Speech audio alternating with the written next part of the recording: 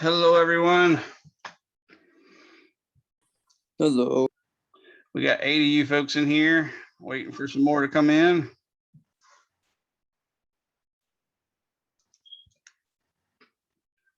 Today we're working on center of mass and sort of relating that to conservation of energy.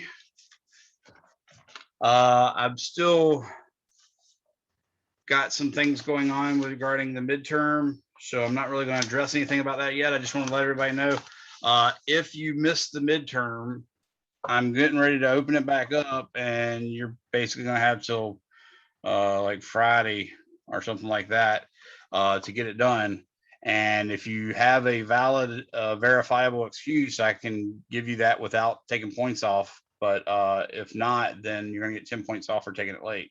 That's also the case with test 3, which I noticed a lot of people had missed. So I might just give you basically all weekend to do test 3 and the midterm if anybody missed it. But everybody that does it late obviously will be getting 10 points off unless you can provide me with a valid excuse, like you were in the hospital or a doctor's note saying that you were not allowed to be at school or something like that. Or anyways, I looked Test at 3 was on chapters 5 and 6, correct, sir? Yes. Okay. Yeah, so hopefully. Was there supposed to be Never mind. Go ahead, Colby. I was to say, was there supposed to be a test on chapters 7 and 8? That was sort of what that's sort of what the midterm was. Oh, okay. I think I even named the midterm test 4 or something like that, but yeah, that's what that's supposed to be. Okay. Yeah, the midterm name was chapters 1 through 8. Gotcha.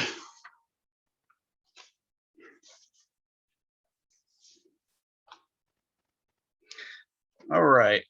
Looks like we've got just about everybody here, so I guess we'll go ahead and get started. So all we have left for chapter 9 is really the center of mass concept. I've briefly hit on it. I showed you that the center of mass, X, Cm, we use the symbol X with a subscript Cm, and I usually use a capital X for that one. That's actually the summation of the m times x's divided by the sum of the m's. So in formula form,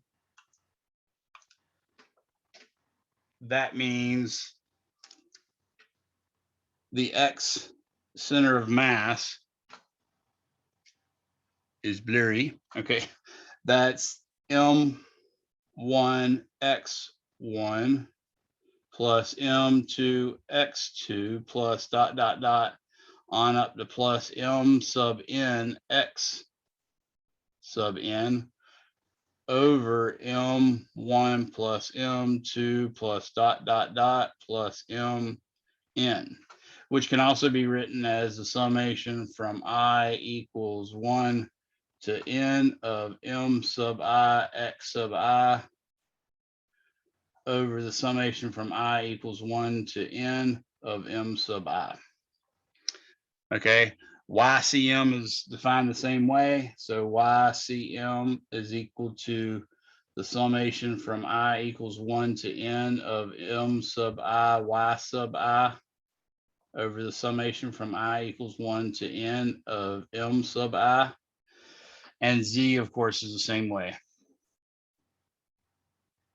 Okay. Now, if we have a continuous distribution of mass, then we sort of pretend like it's a continuum, even though we know at the atomic level it really is discrete, but the atomic level is so small compared to the everyday life level, we can go ahead and treat it like it's continuous variable, in which case we find that XCM is equal to the integral of x dm over the integral dm. YCM, of course, is the integral of y dm over the integral dm, and z cm is equal to the integral of z dm over the integral dm. So that's some very typical formulas. Now, the other thing we know about conservation of, about Newton's second law is, remember, Newton's second law is the summation of the forces acting on a particle of mass m is equal to m times the acceleration. But in this chapter, we found it's actually equal to dp dt for that particle as well. But I actually sort of extended it to say, hey guys, we can actually attack any particular problem for any number of objects. So we can say there's an equation like this for a whole collection of objects, in which case you've got the summation of the forces on one sub I plus the summation of the forces on two sub I plus, you know, the summation of forces on three sub I dot dot dot. All those are there. And then of course it's M1 plus M2 plus dot dot dot times A, or it's the summation of dP sub I over dt. So there's a whole, you know, way, there's a whole different way you can apply Newton's second law. And in fact, it doesn't have to be applied to a single object, it can be applied to a system of objects. When you do that, then you start talking about finding the change in velocity or the change in momentum of the center of mass. Well, if the net force on the system is zero, remember this is net external force. So, you know, the force object one applies to object two, and the force object two applies to object one. They're not relevant because they're just parts of the system acting on itself. So when you bring this into the center of mass concept, what you see is that when you treat a collection of objects, then if you find the total force on that collection of objects is zero, then the center of mass will either not move at all, according to Newton's first law, or it will move at a uniform velocity. So we can use that to do exactly the same thing as momentum problems did. So just about every problem, you could find a way to do a conservation of momentum calculation to find out what the velocity is afterwards or something like that. Or you can calculate what's the center of mass, what's its speed, and use the fact that the speed hasn't changed or won't change. And by doing it that way, you're doing the problem entirely differently, but in principle should get the right answer. So I'm asking you all to check out my train car, the train car problems in my YouTube channel.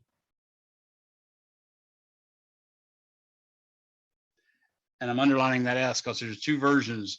There's one where I solve a train car problem using conservation of momentum. And then there's another one where I get the exact same answer by solving a train car problem by using the center of mass. So that's a neat characteristic and a neat fundamental principle of physics that you should know. And so I definitely want you to see that. Right now, I'm going to show you how to solve a conservation of, or excuse me, a center of mass type problem, which could be used again. I could use the conservation of momentum to solve the problem and should get exactly the same answer, but I'm just choosing it to do it this way. And there's some complications, as you'll see, that I'd have to know other things to solve it with conservation of momentum. Like obviously I need to know some speeds and things like that, or hypothesize them. So let's look at this next problem. So what I'm going to do is I'm going to imagine I have a canoe. There's my canoe. And with my canoe, I am going to draw a coordinate system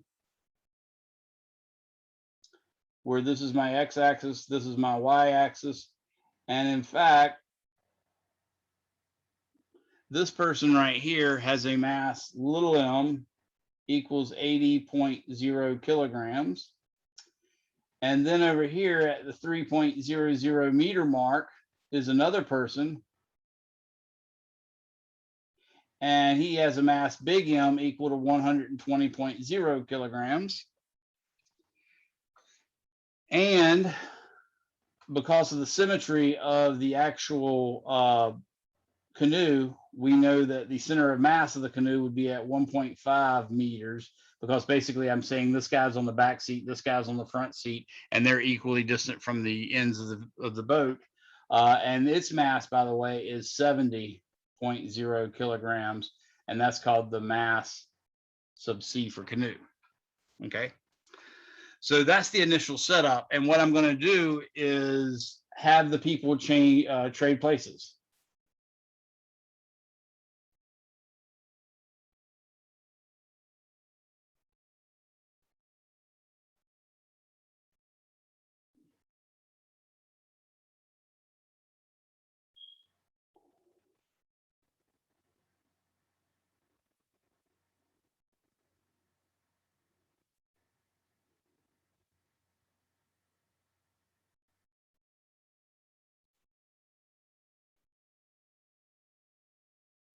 So what you might think about this is try considering it in two steps. Let's first just imagine that this 80 kilogram person is going to start walking this way. Okay, and they get over here and they sort of move to the side a little bit, hopefully without flipping the canoe. And by them walking this way, they are pulling the boat towards them, basically. Now, the boat plus the person weighs more than the person that's walking. So it's going to move a lot less than the person is relative to the water, but it's still going to move that way, right? So you know the boat's going to move this way to some extent as a result of the 80 kilogram person walking this way.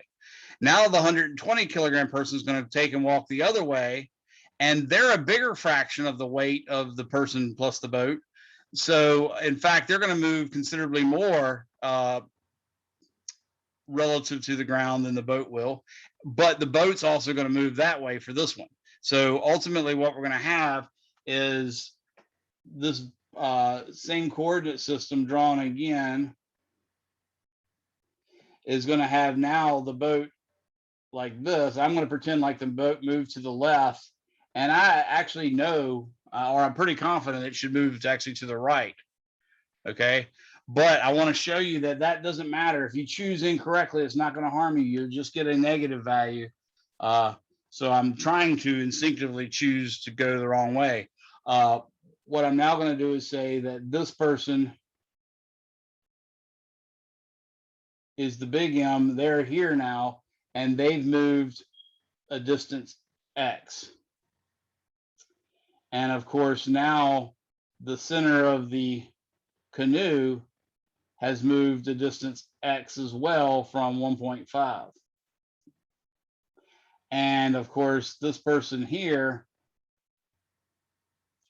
which is little m, they've moved a distance X as well from the 3.00 meters. So what I'm going to do is I'm going to calculate the center of mass in this scenario and then set it equal to the center of mass in this scenario. So up here, the center of mass is just going to be 80 times 0 plus 70.0 times 1.50. Technically, I'll put an extra 0 in there. And you can tell that's kilograms times meters, by the way, plus 120.0 times 3.00. All of that divided by 80 plus 70 plus 120. But I'm not even going to compute that because you'll see I won't need it. Okay.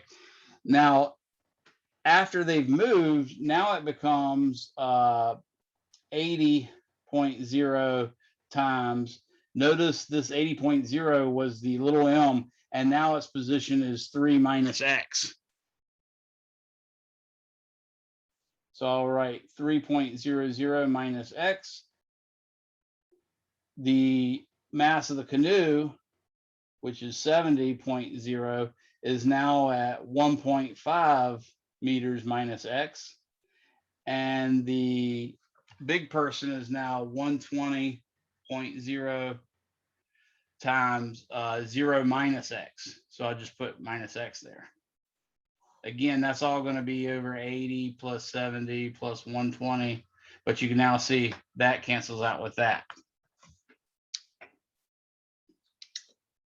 So 70 times 1.5, that gives me 105.0 kilograms meters. 120 times 3 gives me 360.0 kilograms meters. And then 80 times 3 gives me 240 kilograms meters. And then 80 times negative x gives me minus 80 x. 70 times 1.5 gives me plus 105.0 kilogram meters. and then minus 70.0x, and then minus 120.0x. So now I'm going to take this 105 and subtract this 105 from it. So you can see clearly that 105 on this side is going to disappear. And now I'm going to take this 260 and subtract 240 from it, which I think you can see is 600 plus 600 is 1200, or excuse me, 120. Yeah, it should be 120. So now I'm going to take this guy and this guy, that's going to give me 120 kilogram meters. So taking care of that. Now all I have left is all of this will be equal to negative 80.0 minus 70.0 minus 120.0 x. So 80 plus 70 would be 120, or excuse me, 80 plus 70 would be 150. I don't know why I said that. 150 plus 120 would be 270. So I get negative 270.0x. So x is ultimately going to be negative. So clearly I did choose the wrong value. It's actually going to go that way. And it's going to be negative of 120 divided by 270. So 120.0 kilogram meters over 270.0 meters, or actually that's kilograms, sorry. That will ultimately give me what I determined to be, I think,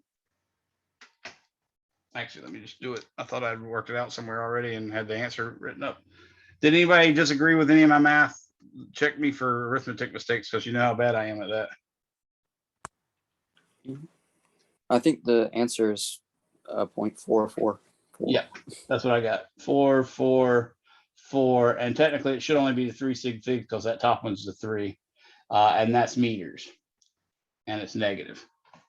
Okay, so you can sort of think of it as I called the thing moving to the left being positive, but it clearly came up to be a negative, so it actually ended up moving to the right, and that's basically because the 120-pound person walking this way had a larger effect pushing the canoe that way than the 80 kilogram person did walking this way pushing the canoe that way. So anybody have any questions on that particular problem?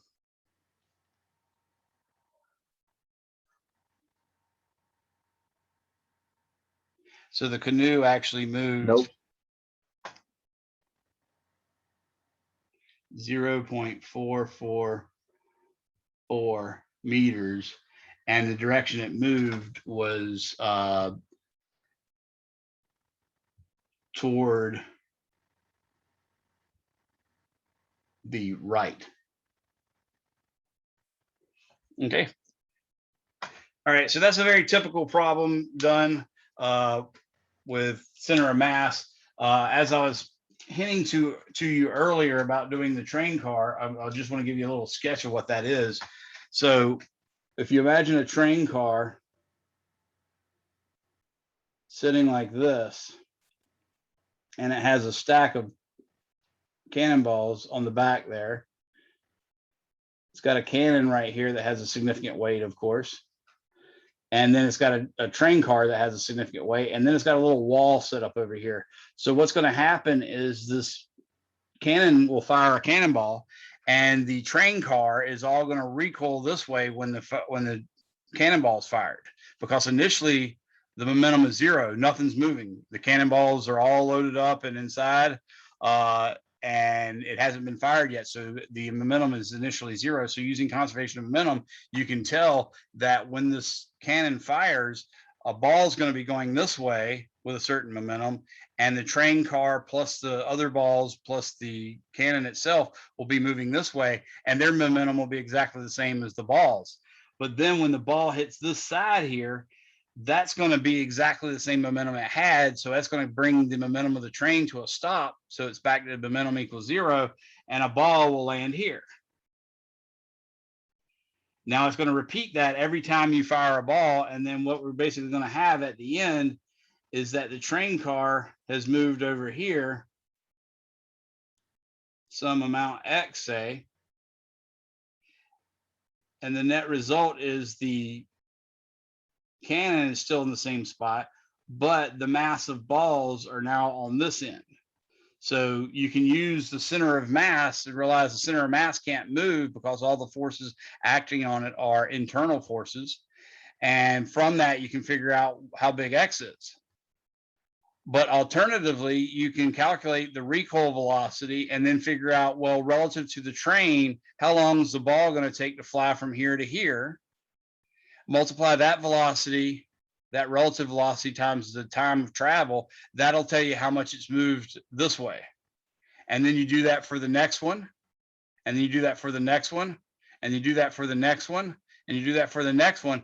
And when you're all said and done, you should have that the net motion would be X, and that X would be exactly the same as you got when you did this conservation momentum problem. I mean, as when you did the center of mass problem.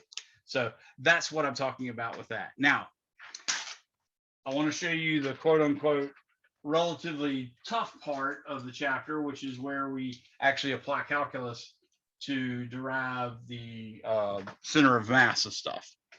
So let's start off first with, I'm going to do the center of mass of a little triangle. Those of you who have statics and statics or dynamics, you probably already know how to do this. And in fact, actually, I'm going to do a different coordinate system. I'm going to do like this. I'm going to make this my positive x-axis, and this my positive y-axis. I don't know why I drew it way over here because I was planning on doing this anyways. Now, this is going to be a triangle whose height is 3. And whose width is 4. So this is actually at the -4 meter mark. And this is at the 3 meter mark. And really what it is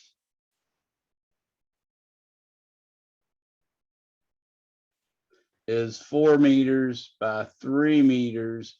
But in fact, to make it a real object, I'm not going to use the typical math exercise and say that it's a homogeneous lamina.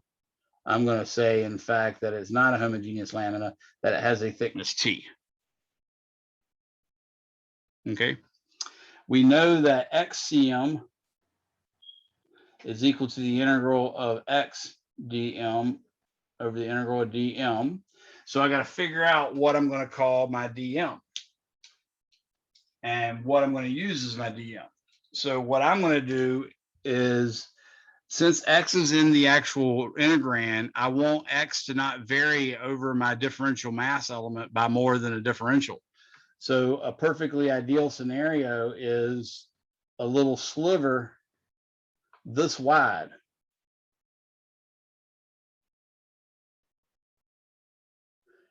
This distance is just plain dx. And this height, of course, is just y. And in fact, if you consider that line, you can tell y is actually equal to 3/4 x plus 3. Everybody see why that line is 3/4 x plus 3? Remember, it's always y equals mx plus b. Clearly, the slope is 3 is rise and run is +4. It's a positive slope, so that's why it's +3/4. And then, of course, the intercept is obviously 3, so that's why it's 3/4 x plus 3. Okay. So my little differential area element, which is this little sliver, or this differential volume and mass element, I should say, that thing is dm, and it's going to be equal to the density of the material times the differential volume. Well, the differential volume is going to be a thickness T,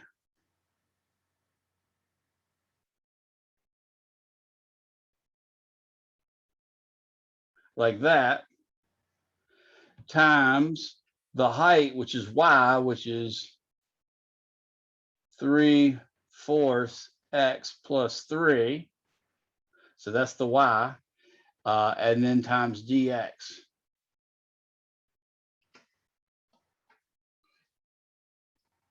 So does everybody recognize that volume? Okay, so notice this is meters. The x would be in meters. This 3 would be in meters as it's shown right there. That dx is in meters and the t is in meters. So you get meters cubed times kilograms per cubic meter. So that's exactly what you expect. So now I can go ahead and start solving my problem by computing the integral. So I want to take numerator first. Integral of x dm is just x times rho t 3/4 x plus 3 dx, which equals, I'm going to pull the rho t out in front and say the integral from x equals -4 to 3 of, now I'm going to distribute this x and say 3/4 x squared plus 3x dx. Professor, why would it be -4 to 3 and not -4 to 0? Excuse me, yeah, the 0. Thank you. Nice catch. Glad you were paying attention. Good job. So now I'm going to say equals rho t. Now the integral of x squared, of course, is just 1/4, or excuse me, 1/3 x cubed. So this will be 3/4 times 1/3. Basically, I'll actually take a step here. I'll just go ahead and call it x cubed plus x is going to become x squared. So that'll be 3/2 x squared. And this is from -4 to 0. That's the extra step I took, was not evaluating that. So now I'm going to say rho times t times, you can see the 3/4 times the 1/3 just gives me 1/4. So I'm going to say 1/4 of 0 cubed minus -4 cubed. So that makes that a curly bracket. And then this will be plus 3/2 times,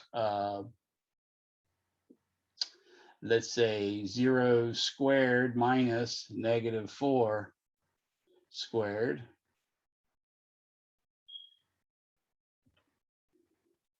Okay, so now we can get rho t.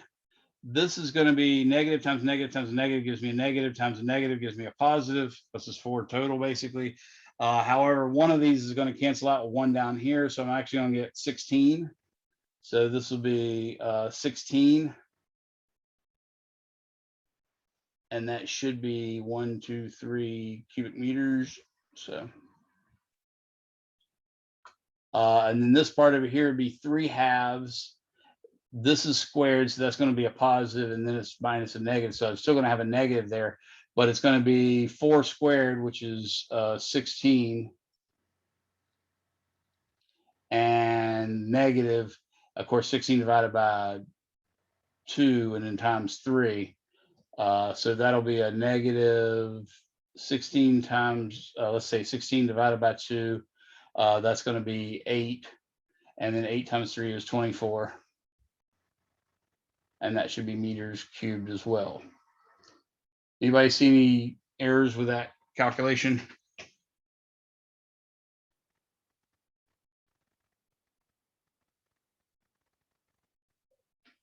So I get -8 meters cubed rho t for that.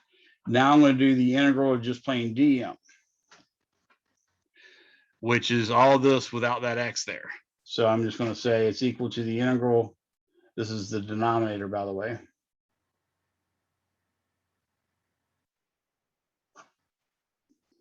Rho t integral 3/4 x plus 3 dx from -4 to 0.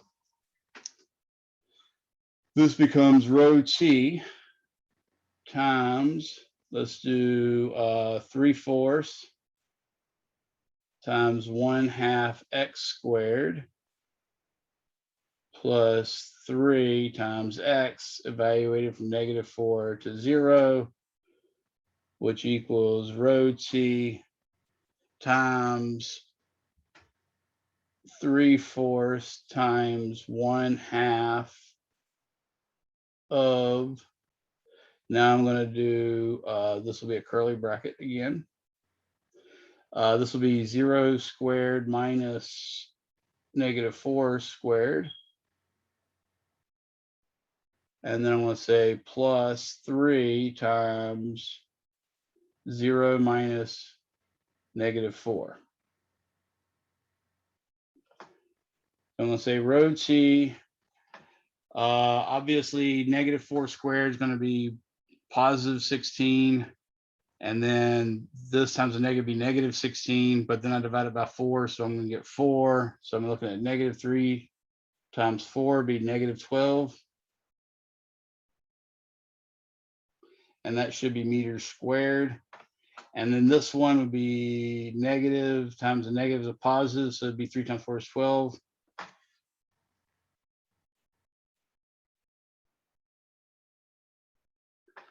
Make sure I got everything right here. Hold on. Oh, I left off a 2 over here. So this is -4. When I square it, that becomes 16. That becomes -16. That becomes -8. And then -8 divided by 4 would be -2. So this is -6. Sorry about that.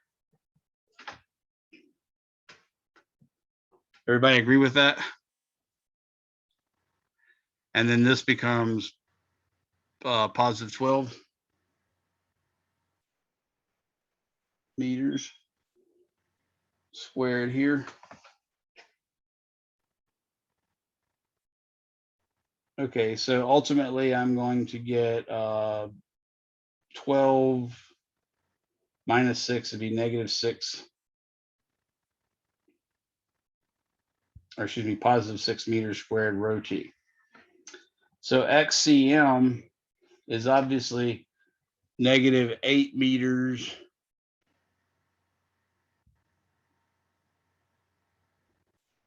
cubed rho t over 6 meters squared rho t. And of course, that gives me, this would be 2 times 4, and this would be 2 times 3, so it'd be 4/3. Meters squared divided by meters cubed divided by meters just be meters. And my rule of thumb, by the way, when I'm dealing with triangles, is I've always discovered when you're dealing with flat uniform triangles, the center of mass would be 1/3 away from the thick end or 2/3 away from the thin end. So when I'm doing X center of mass, this is the thick end. Notice it's taller than this end. So I'd expect it to be 1/3 of the way this way. Well, that whole distance is 4 meters. So I'd expect it to be 1/3 of -4. And in fact, oh, I left off a negative. And in fact, you can see that 1/3 of -4 meters is exactly what I got.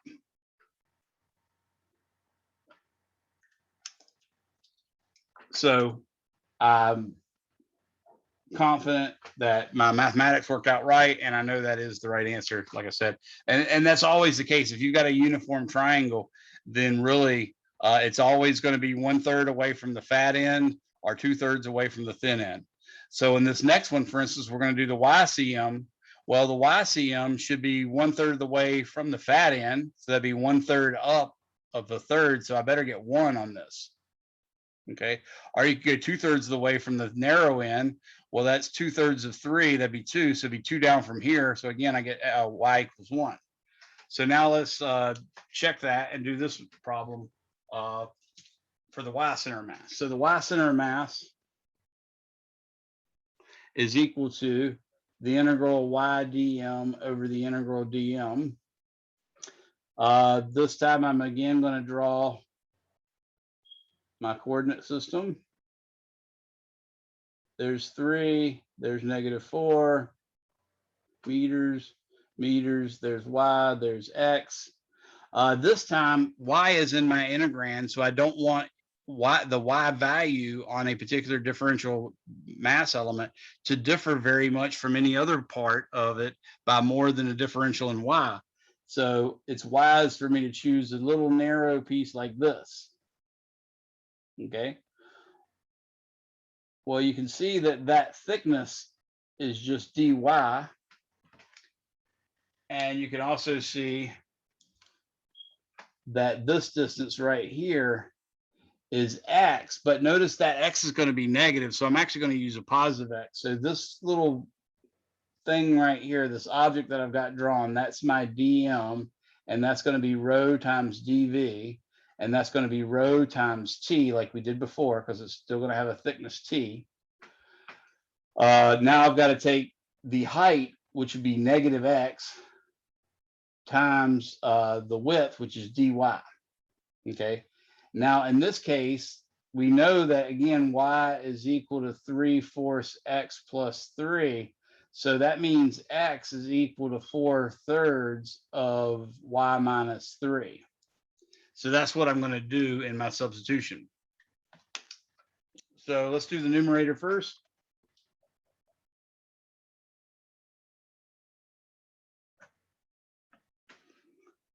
So I'm going to say rho times t times the integral of, remember I've got a y in there already. So I'm going to put a y right here.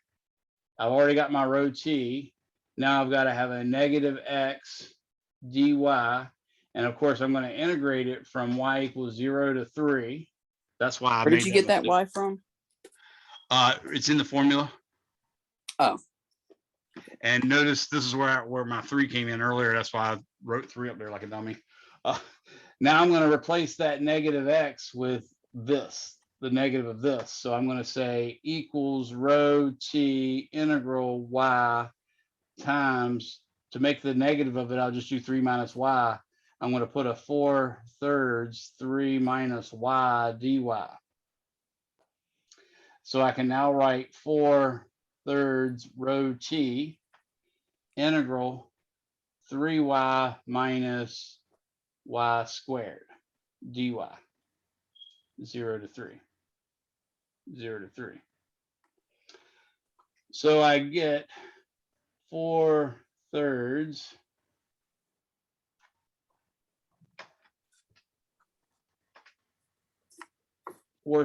rho t. Now this is going to become 1/2 y squared. So I'm going to say 3/2 y squared, but I'm evaluating at 3 and 0. So I'm going to go ahead and do that at the same time. So I'll just say 3 meters squared. This one's going to become 1/3 y cubed. So I'll say minus 1/3. And of course, this is 3 meters cubed.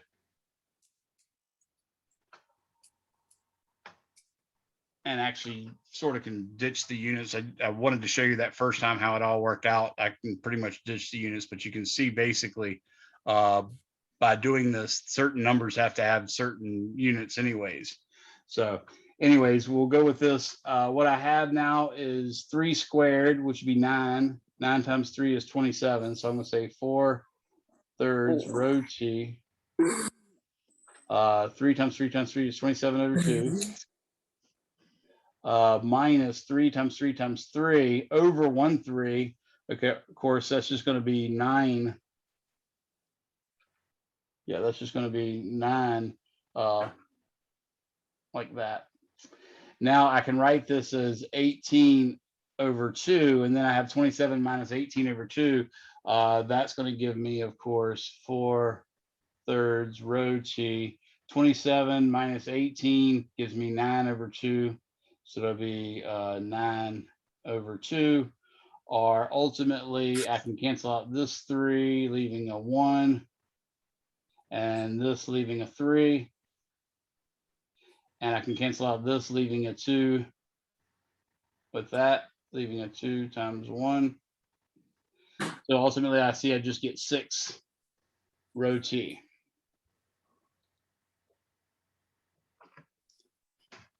Okay. Now the denominator. Professor, I have a question. Yes. When you were converting when you were changing when you were solving for x from y equals 3/4 x plus 3, Mhm. wouldn't you end up with let me see, 4/3 y minus 1 or minus 4, I should say. Oh, I did it in a different order. You can play around with the order you choose to do here. Like you can multiply by 4/3 first and then pull the number over. I pulled the number over first, so I got y minus 3 equals 3/4 x. So then I just multiplied by 4/3. That gave me the 4/3 times y minus 3. But if I had done it the other way, then yeah, you would have gotten something different. We can actually realize already that the integral of dm is actually just 6 rho t, but it normally makes me feel a little bit better to make sure I can do the same integral the same way, because just to be certain. So I'm going to go ahead and do it. The integral of dm is going to be rho t times, this time it's basically all this without that y there. So it's going to be 4/3 3 minus y dy, which is 4/3 rho t integral 0 to 3 of 3 minus y dy, which is 4/3 rho t. This would be 3 times 3, because it's just going to integrate to just plain y. And this is going to be minus 1/2 of 3 squared. So ultimately I will get 4/3 rho t times 9 minus 9/2, which this is 18/2 minus 9/2 gives me 9/2. And of course, 9/2 times 4/3, we already worked that out. That gives me 6 rho t. So now I can see YCM is equal to 6 rho t over 6 rho t. Again, the units actually work out such that I just get 1 meter, which is exactly, by the way, 1/3 of 3 meters. So there's our check. So remember that rule, not necessarily to avoid integration, because your instructors in this class, as well as in statics and dynamics, they're going to want you to show that integration, but at least by knowing the quick answer, you can verify that you got it right. Okay. And in fact, I actually had this drawn an entirely different way the first time I did it, and I kept making a careless mistake. So I drew it this way with the coordinate over here, just to keep me from making a careless mistake that I repeatedly made. And the reason I knew I was making a careless mistake is I knew the rule. I knew the rule is it's 1/3 of the way from the fat end, or 2/3 of the way from the from the skinny end. So any questions on that? I was told earlier that the camera is a lot clearer now, so I'm thinking you guys can actually see all this. There's not any. Yeah, I can. Actually, it looks a lot better now. I can. Cool. All right, so that's a typical calculation of center of mass problem. It's a good one. It's a straightforward, not that hard a one. But there's also harder ones, and I'm going to give you one of those now. Let's do this. Let's try. Let's imagine an XYZ coordinate system.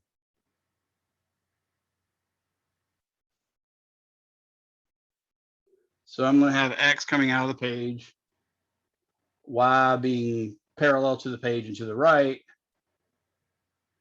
and Z being parallel to the page and up. Okay. And I'm going to go up here a distance H, and I'm going to draw an oval, which is actually a circle, but I'm looking at it in 3 dimensions, so it appears to be a oval, or a ellipse actually. Okay. And in fact, I'm going to say its radius is big R. And by writing big R and big H, I'm going on the assumption that H and R are known. So I want to calculate what is the center of mass of this cone. Okay. So first off, by symmetry, you can rotate this cone by any angle about the z-axis. Okay. Notice if I rotated that cone by any angle, it would look identical. And that axis is actually perpendicular to x. So that means xcm is equal to 0.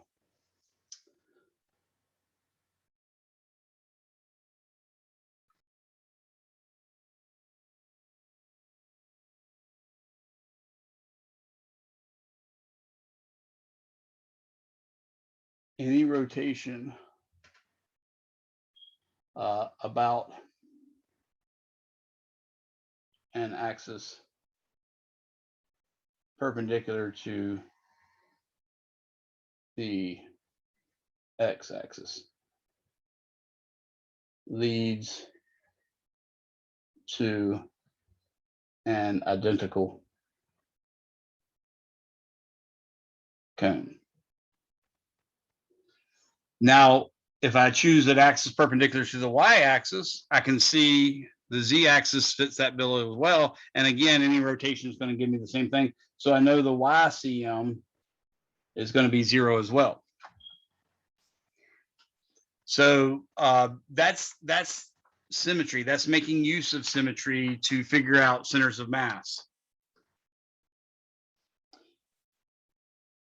But I cannot find an axis perpendicular to z such that I can rotate this and get an identical cone.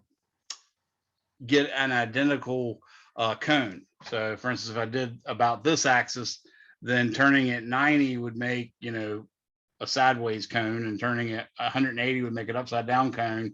270 would make a sideways cone with the tip pointing to the left instead of tip pointing to the right.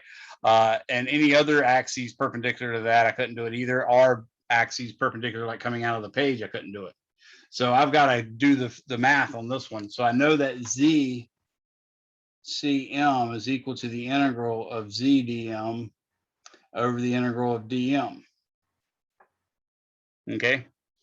Now the integral of dm is supposed to be just mass, by the way. So sometimes you can avoid all this just by, you know, if I calculated the volume of this, then I know the density would be the mass divided by the volume. So if I had given you the whole mass m, and I gave you R and H, I could use the formula for a right cone to calculate the actual volume. And then of course you could use that to calculate the density, and you could put the density in terms of the mass. You never have to do this part, but I always just go ahead and do it anyways. So let's first off start with the numerator. And what I'm going to do is I've got to choose a differential mass element. And what I want to do is, since I've got a z in the numerator, I mean in the integrand, I don't want z to change very much over the differential mass element. So what I'm going to do is I'll choose a circle perpendicular to the z-axis, and then make another circle perpendicular to the z-axis. And their thickness, of course, will be dz. Of course, the radius, which you can look at in this position as y, or you can look at it in this position is x. It doesn't really matter. The main thing is we know that the this differential mass element dm is equal to rho dv.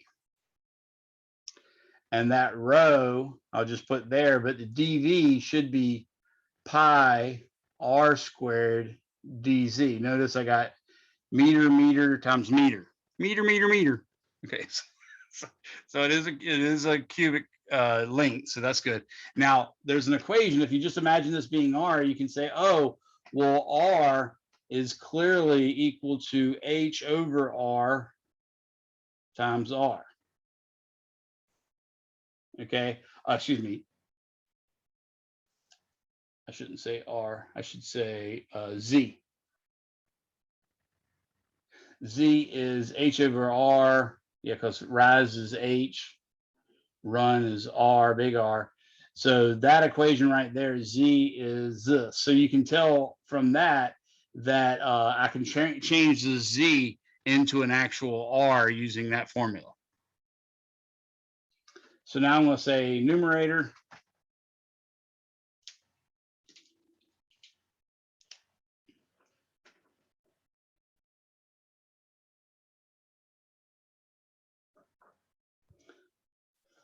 The integral of ZDM is actually equal to the integral of rho times pi times Z times R squared times DZ, which means I can pull out the pi and the rho in front. Now I'm going to take Z and replace it with H over R times R, and then times R squared, and then DZ, since Z is equal to H over RR, then DZ is equal to H over R dr. So I can now say this is H over R dr. Now I know I'm integrating with respect to R, so I'm just going to integrate from 0 to big R.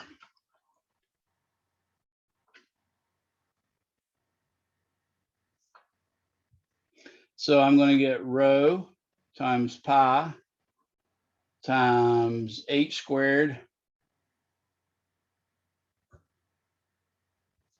over R squared times the integral of, now I've got R cubed dr from 0 to big R, which is rho pi H squared over R squared times 1/4 R to the 4th.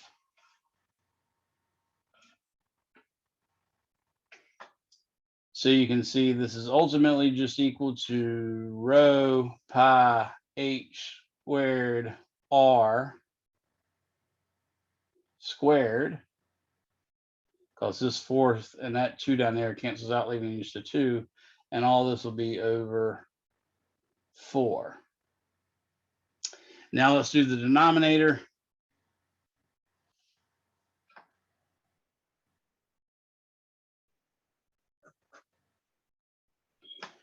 The integral dm is equal to all of this except without that junk. So I'm going to say rho pi integral R squared H over R dr equals rho pi H over R integral R squared dr 0 to big R. This is obviously going to give us rho pi H over R times 1/3 R cubed. Obviously, that's going to cancel out, leaving an R squared up top.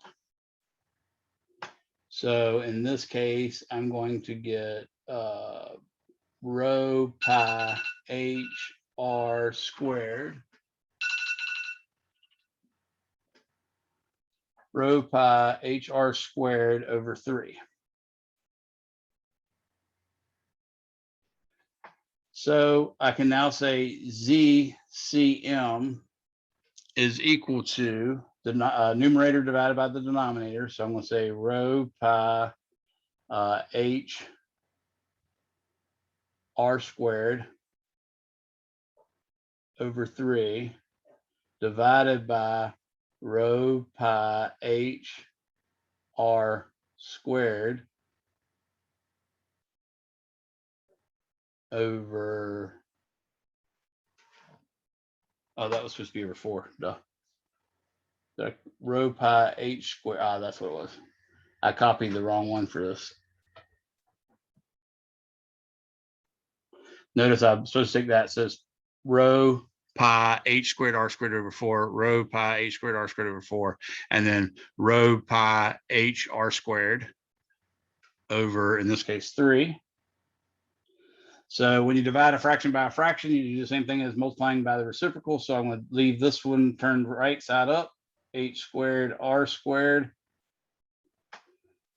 over 4, and I'm going to turn this one upside down. So that'd be 3 over rho pi HR squared. You can see now that clearly the r squareds cancel out. This cancels out with one of these. And then, of course, the pi rho and the pi rho cancels out. And I ultimately just get 3/4 H. So Z center of mass is equal to 3/4 H. Any questions on that? Is that true for all right cones or just for this one specific case? No, that's true for all of them, as long as they're uniform. Yeah, as long as they're uniformly distributed mass. So the trick is that constant rho. If that constant rho wasn't a constant, then you would have to have it like dependent, say, on R. So that rho could be something like the mass got more intense per unit of volume the farther out you got from the center, from the main axis, in which case you'd say like some constant K times R. And then, of course, all this would change. But that'd be the only way you change it. But as long as it's uniformly or a uniform mass, then yeah, the cone should always give you 3/4. And that's a quarter of the way from the fat end and 3/4 of the way from the skinny end. Why do you define Z as H over R times the little r? Just because I needed a relationship between the distance across that circle. So basically the height is upward, that's the Z. So the Z has to be the Z. But then I needed a relationship for the radius of that circle. And I can see that it goes from from a distance of 0 at Z equals 0 to a distance of big R at Z equals H.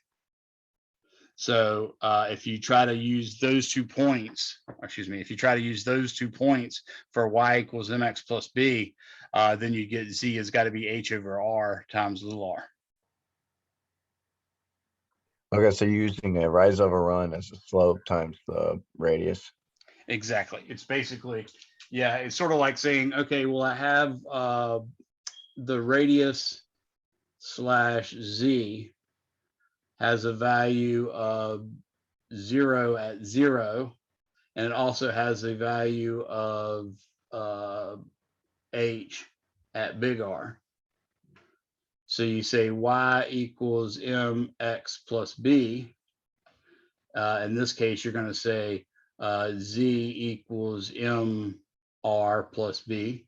And you plug in one of those numbers, let's say the 0, 0. If I put in 0 here and 0 here, that tells me that b is equal to 0.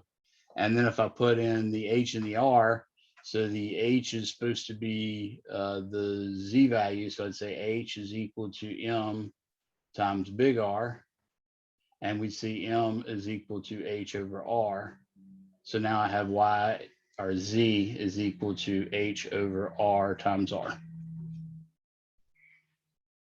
So that's sort of the brute force way of calculating it, but I've been doing, Okay, I got it. It acts as a slope to that point, and then your little r is your variable. Exactly. Yeah, and it basically I just needed some way to get the Z and my DM in the same system of units or the same system of variables. So I had a DM that was, rho pi r squared dz. So I had to find a relationship between Z and R. I could have replaced the R or I could have replaced the Z. I chose to replace the Z. Anything else?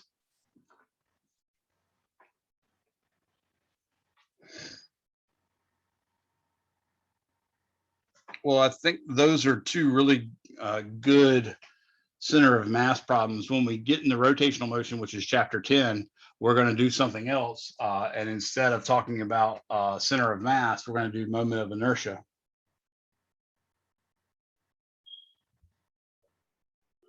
And it's sort of more complicated, but it's also sort of less complicated. The moment of inertia I is going to be the summation from I equals 1 to n, big N say, of m sub I let's say r sub I squared. Okay. But you're not going to have to actually do the division. You're not going to have to do the integration, the division in the bottom. And in fact, it's going to become integral of r squared dm. So we're going to do the same sort of stuff again, but now we can do it for the moment of inertia. And we have to understand that r is the distance to a differential area element from the actual axis of rotation. So that's where we're going next. We've completed chapter 9. And I just want to give you a little intro since we're supposed to have about 15 more minutes. I'll give you a little intro to chapter 10. The nature of chapter 10 is that it's mostly a rehash of what we've done before in kinematics, only now it's kinematics and rotational motion. So it's a little different in that sense. But there's a nice linkage between them, and that's an equation that comes straight from trigonometry. Remember when you learned the radian, you found that the arc length was equal to r times theta, and that sort of defined our radian measure theta. So that formula is what we're going to use first. So this chapter is called rotational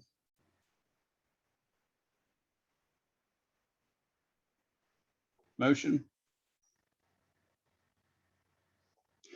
And rotational motion, basically, like I said, remember if you have a circle and it has a radius r and you sweep out an angle theta, then that arc length right there is s given by r times theta, where theta is in radians. Well, guess what? When we had x is equal to 1/2 at squared plus v0t plus x0, it turns out that x could be like a s. So you could say maybe it's r theta equals 1/2. In this case, I'm going to say r alpha t squared plus r omega 0t plus r theta 0. Because it turns out if you take the derivative with respect to time of s, you're going to get r d theta over dt, which we're going to define as omega, the angular speed. And if you take d omega over dt, we're going to get r d omega over dt, which equals r times alpha, which we're going to call the angular acceleration. So this has units of radians.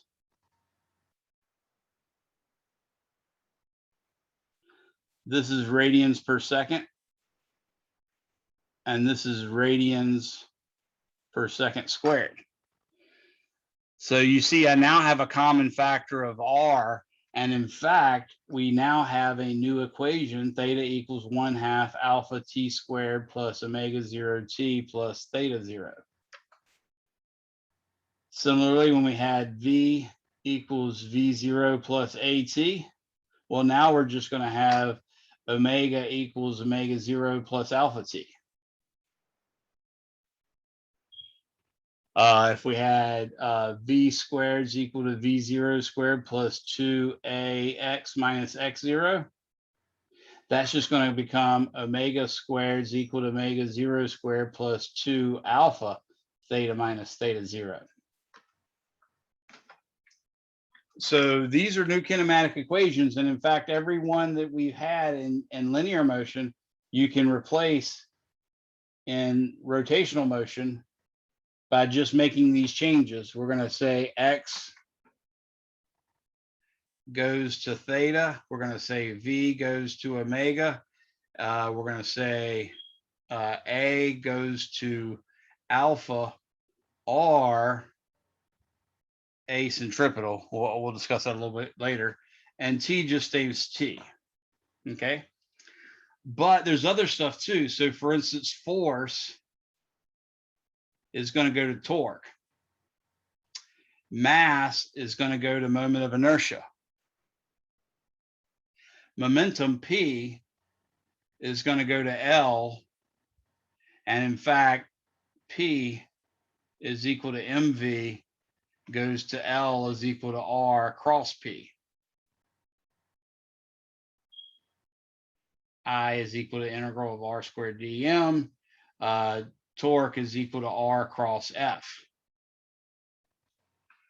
Okay, so all of those equations you know of can be written all over again using these same concepts. Everything you learned in chapters 1, 2, and 3. Only now they're pretty much just one-dimensional.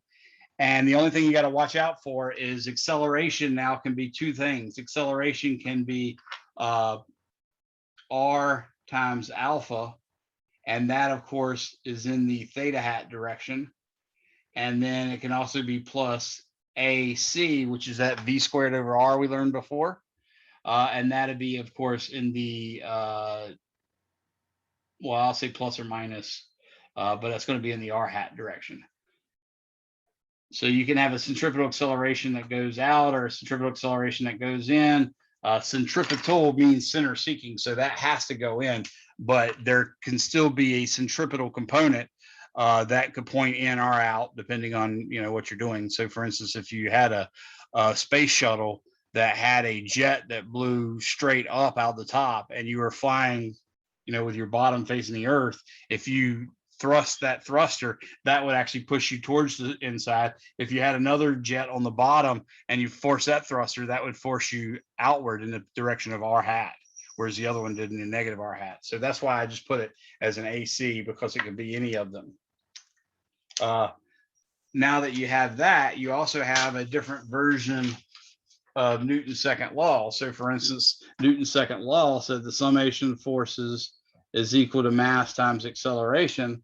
Well, now we're going to say, okay, well, the summation of the torques is equal to I times alpha.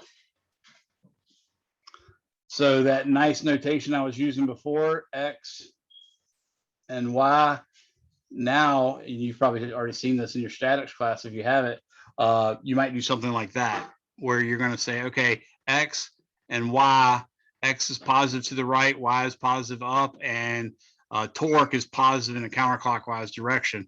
That's also equivalent to pointing in the Z direction, believe it or not, because we're ultimately going to define it that way. And then you have to define something called the torque vector and the angular acceleration vector. But we also have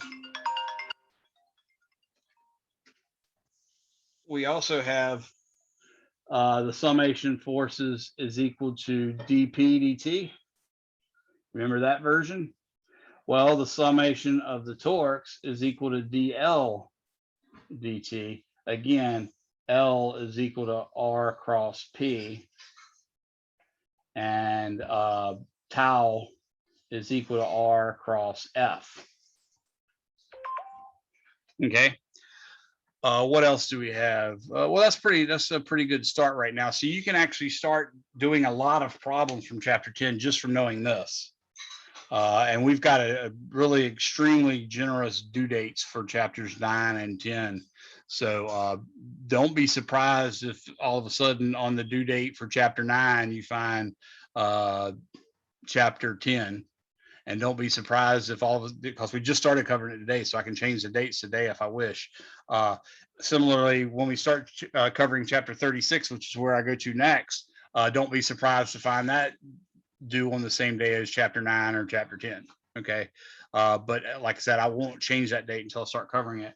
But this is a lot of what we're starting off with in chapter 10. You can do a lot of stuff right now, as long as you know sort of what we did with a center of mass. You got to do that same type of integral to calculate the moment of inertia. But your book also gives you a nice table for that. I'll solve a bunch more problems next time. Class, we have about 5 minutes left, but I'm going to go ahead and call it, because I can't get into the crux of the rest of chapter 10 with a little bit of time I got. So let you guys go, and I will see you all next week. Watch out, remember chess 3 and the midterm. I'm going to open up again for those of you who missed it. Thank you, sir. And I took the test at the testing center. Right. They were going to give you my sheet I don't know if you received that yet. Not yet. I don't know if, in fact, I'll check. I don't know if they were going to give it to Did they you take in a your photograph? box or. They put it in like some folder. I think they were going to put it in your box or something. Okay, that's cool. Yeah, I'll get it. All right, thank you. No problems. So the notes for the 14th, they're not uploaded to the Google Docs. I was able to kind of get the notes from like other classes that you taught. Okay. But you do have the notes from the 12th uploaded like 3 or 4 times for different classes. Yeah. Okay. Yeah, Nice. 10 forward notes. Let me check that. 1014 notes. Yeah, I Yes, might sir. have it in my phone already. But I'll check that. I just wrote down the date for it. Hopefully I have them. Last night I posted a video with this canoe problem. But I got up this morning and it still hadn't posted yet. So I don't know what happened, but I'll be posting that again later today too. So keep an eye on my YouTube channel. Will do. I do have a 241 that was put up on the 13th, but not the 14th. I wonder if I just didn't do.